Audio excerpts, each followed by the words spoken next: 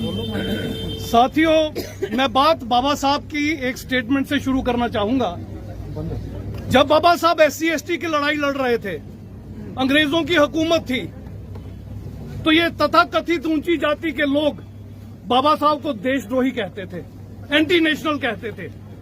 उन दिनों में बाबा साहब ने एक स्टेटमेंट दी थी कि अगर देश और मेरे बीच में कभी कंपैरिजन हुआ तो मैं देश के लिए मर मिटूंगा, मगर अगर कभी देश और मेरी कम्युनिटी के बीच में संघर्ष हुआ तो मैं अपनी कम्युनिटी के लिए मर मिटूंगा, देश को बाद में रखूंगा।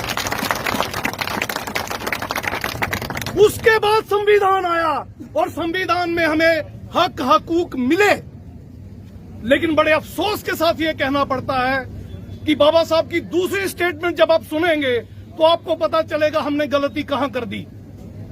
बाबा साहब ने कहा था संविधान कितना भी बढ़िया क्यों ना हो, मगर चलाक मक्कार और देशद्रोहियों के हाथ में लगेगा, अगर वो देश के ऊपर राज करेंगे तो संविधान सबसे बुरा साबित होगा।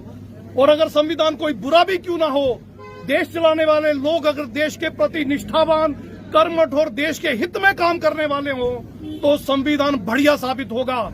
एग्जाम्पल इंग्लैंड की देता हूं, वहां रिटन कॉन्स्टिट्यूशन नहीं है और दुनिया की बेस्ट डेमोक्रेसी है, क्योंकि वहां के रूलर अपनी कौम के लिए काम करते हैं या रिजाइन करके घर चले जाते हैं, देश को बर्बाद नहीं करते।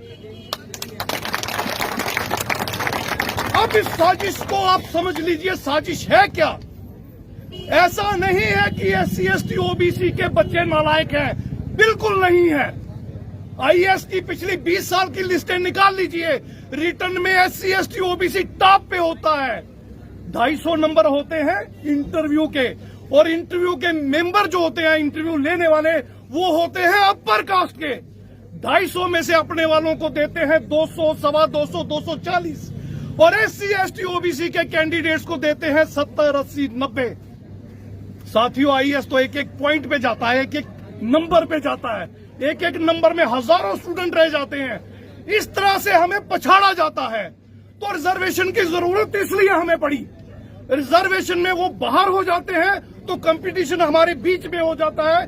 कम से कम जो भी निकलता है हमारे घर से निकलता है, ये हिस्सेदारी हमें मिलती है। अब साजिश क्या रची है GD शर्मा साहब ने?